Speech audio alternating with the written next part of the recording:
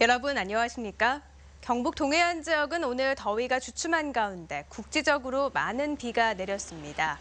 비는 포항시 기계면에 59mm, 경주시 외동읍에 30mm 등 좁은 지역에서 천둥 번개를 동반하며 강하게 내렸습니다. 오늘 아침 최저 기온은 23에서 25도의 분포였고 낮 최고 기온은 포항 28.5도, 경주가 32.8도 등으로 어제보다 조금 낮았습니다. 내일도 곳에 따라 강한 소나기가 내리겠고 아침 기온 22에서 24도, 낮 기온은 27에서 30도로 오늘보다 낮겠습니다. 바다의 물결은 0.5에서 1m로 잔잔하겠습니다. 고랭지 농업으로 유명한 포항시 죽장면에선 요즘 여름 토마토 출하가 한창인데요. 올해는 작황과 가격 모두 좋다고 합니다. 하지만 방울토마토는 생산 과잉으로 가격이 폭락해 수확을 포기해야 할 지경입니다. 장성훈 기자입니다. 경북 동해안의 대표적인 고랭지인 포항시 죽장면 상옥리.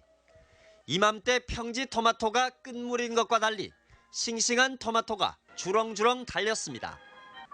이곳 토마토는 해마다 7, 8월에 집중적으로 출하되는데 친환경 재배로 당도가 높고 고랭지의 영향을 받아 저장성이 뛰어난 게 가장 큰 장점입니다. 유리교사가 심하니까 껍질이 좀 두꺼우니까 단단하고 저장성이 아주 좋습니다. 실온에 놔둬도 우리 친환경 쪽 이런 것도 한 15일 정도. 올해는 작황도 좋고 가격도 10kg 한 상자에 13,000원 선으로 지난해보다 30% 높은 가격에 팔리고 있습니다. 이곳 토마토는 6년 전부터 일본 수출을 시작해 올해는 대만으로까지 수출길을 넓혔습니다. 이와 반대로 방울토마토 농가는 가격 폭락으로 울상입니다. 전국적인 생산 과잉으로 킬로그램당 출하 가격이 지난해 2,000원 선에서 올해는 500원으로 4분의 1로 떨어졌습니다. 때문에 택배 등 직거래로만 조금씩 팔고 공판장을 통한 대량 출하는 포기한 상태입니다. 출하 가격이 키로 500원 정도밖에 안 되는데 이런 상황이 오면 인건비도 건지기 어려운 상황이기 때문에 출하를 포기해야 될 상황까지 올 것 같습니다. 포항시 친환경 농업지구인 상옥 토마토는 60여 농가가 연간 3,500톤을 생산해 70억 원의 소득을 올리고 있지만 판로 부족 등으로 친환경 재배에 어려움을 겪고 있습니다. MBC 뉴스 장성훈입니다. 경북도 내 24개 농업 분야 기관단체는 오늘 도청에서 간담회를 갖고 김영란법 적용 대상에서 농축산물과 농식품은 반드시 제외돼야 한다고 주장했습니다. 이들은 배는 선물용 비중이 64%, 사과는 43%, 인삼 56%, 한우는 21%로 법 시행으로 인한 피해가 농축산 분야에 집중돼 결국 농업 기반마저 붕괴될 것이라고 강조했습니다. 경상북도는 농축산물 소비 촉진과 직거래 활성화 등을 통해 영향이 최소화되도록 대책을 마련하겠다고 밝혔습니다. 지난달 24일 이후 경북 지역에도 폭염이 계속되면서 피해도 잇따르고 있습니다. 경상북도에 따르면 지난 주말과 휴일 온열 질환자 7명이 추가 발생하면서 환자 수는 50명으로 늘었고 이 가운데 80대 남성 등 3명이 목숨을 잃었으며 가축 피해도 늘어나 지난달 이후 5개 시군에서 닭과 돼지 4만 5천여 마리가 폐사했습니다. 경상북도는 당분간 폭염이 계속될 것으로 예보됨에 따라 취약계층과 산업 현장, 가축 사육 농가 등에 대한 피해 예방 활동을 강화하고 있습니다. 지난달 대구와 경북 지역 평균 폭염 일수는 7일로 평년인 5.7일보다 자주 발생한 것으로 집계됐습니다. 또 열대야 일수는 3일로 평년 2.3일보다 많았고 강우량도 283.7mm를 기록해 평년보다 119% 많았습니다. 대구 기상지청은 1973년 이래 대구의 연평균 폭염일수는 24.2일을 기록했고 10년마다 1.3일씩 폭염일수가 증가하는 추세라고 밝혔습니다. 미국 상무부가 내일 한국산 열연 강판에 대한 반덤핑 최종 판정을 내릴 예정인 가운데 국내 철강업체의 타격이 우려됩니다. 철강업계에 따르면 지난해 미국에 수출한 열연 강판은 115만 톤으로 국내 수출 물량의 13%, 금액으로는 6,200억 원에 이르러 미국이 높은 관세율을 부과하면 수출 차질이 예상됩니다.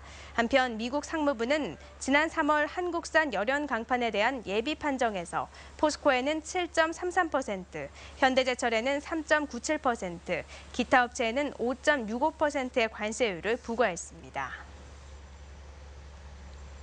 국민연금이 2분기 수익성 개선에 성공한 포스코와 현대제철의 지분율을 높인 것으로 나타났습니다.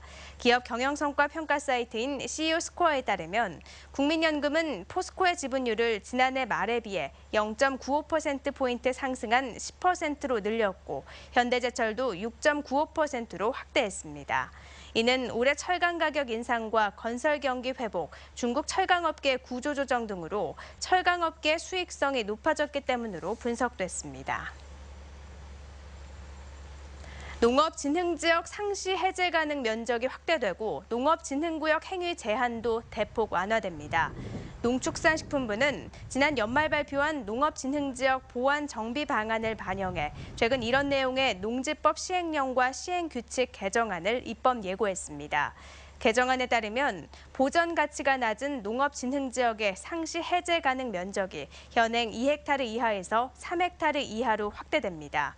농업진흥구역 행위 제한도 산지 유통시설 취급 범위가 농산물에서 농수산물로 확대되고 마을 공동으로만 허용됐던 농촌 체험시설 설치가 농민과 농업법인에 허용되며 농지 전용 허가시설, 즉 종교시설과 수련시설, 승마 운동시설 등의 면적 상한이 늘어납니다. 더불어민주당 경북도당 위원장 선거에 오준기 현 위원장과 김현권 국회의원이 후보로 등록해 경선을 치릅니다. 기호 1번 오준기 현 위원장은 정권교체의 꿈 경북의 이름으로를, 기호 2번 김현권 의원은 경북이 바뀌면 정권이 바뀝니다를 구호로 오늘부터 선거운동에 들어갔습니다. 선거는 9일과 10일 이틀 동안 권리당원 ARS 투표 50%와 12일 대의원 현장 투표 50%를 반영해 최종 결정됩니다. 포항제철고등학교의 내년도 포항지역 학생 선발 인원이 올해 59명에서 67명으로 8명 늘어납니다. 포스코 교육재단은 포스코 임직원 자녀 전형 비율을 55%에서 50%로 줄이는 대신 포항지역 학생 선발 인원과 도내 사회통합 대상자 선발 인원을 늘렸다고 밝혔습니다. 지난해 제철고등학교 신입생 선발 전형의 포항 지역 경쟁률은 1.92대 1을 기록했으며 입학원서는 오는 10월 24일부터 인터넷을 통해 접수합니다. 포항제철 서초등학교 체육부가 지난달 말 충남 아산에서 열린 교보생명컵 꿈나무 체조대회에서 남녀 단체전과 개인전 우승을 모두 차지했습니다. 제철 서초는 포철 서초는 남녀 단체전에서 압도적인 실력으로 우승한 데 이어 남자 개인 종합에서 안준기 선수, 여자 개인 종합에서도 구은주 선수가 금메달을 목에 걸었습니다. 포항국제불빛축제가 막을 내렸지만 8월 한 달간 포항 시내 곳곳에선 다양한 축제와 공연이 펼쳐집니다. 제1회 청소년 락 페스티벌이 국내 정상급 락 밴드들이 참여한 가운데 오는 4일부터 7일까지 4일간 월포 해수욕장에서 열리고 오징어 맨손잡기 체험 행사도 오는 5일부터 7일까지 구룡포 해수욕장에서 진행됩니다. 또 영일만 요트대회가 오는 13일과 14일 영일만 일원에서 개최되고 제3회 포항 맑은 단편 영화제가 오는 25일부터 28일까지 나흘간 중앙 아트홀에서 열리는 등 이달 한 달간 다양한 축제와 공연이 이어집니다. 포항시 자원봉사센터가 오는 15일까지 영일대 해수욕장에 이동 자원봉사센터를 운영해 청소년들이 쉽게 봉사활동을 할 수 있도록 했습니다. 봉사활동 신청자는 오전 10시부터 오후 4시 사이 영일대 해수욕장에서 환경정화나 쓰레기 분리수거 캠페인 등의 활동을 하게 됩니다. 봉사활동 희망자는 1365 자원봉사 포털 사이트를 통해 온라인으로 신청하거나 현장 신청도 가능합니다. 한국거래소 대구사무소에 따르면 지난달 대구 경북 상장법인의 시가총액은 42조 9,620억 원으로 전달보다 4조 990억 원, 10.5% 늘었습니다. 이는 4개월 만에 상승세로 전환한 것인데 영국 브렉시트 영향에서 벗어나고 글로벌 통화정책 완화와 유동성 개선 기대감으로 외국인이 매수세로 돌아섰기 때문으로 분석됩니다. 한편 지난달 대구 경북 투자자의 거래량은 전달보다 10.2% 줄고 거래 대금도 8.5% 줄었습니다.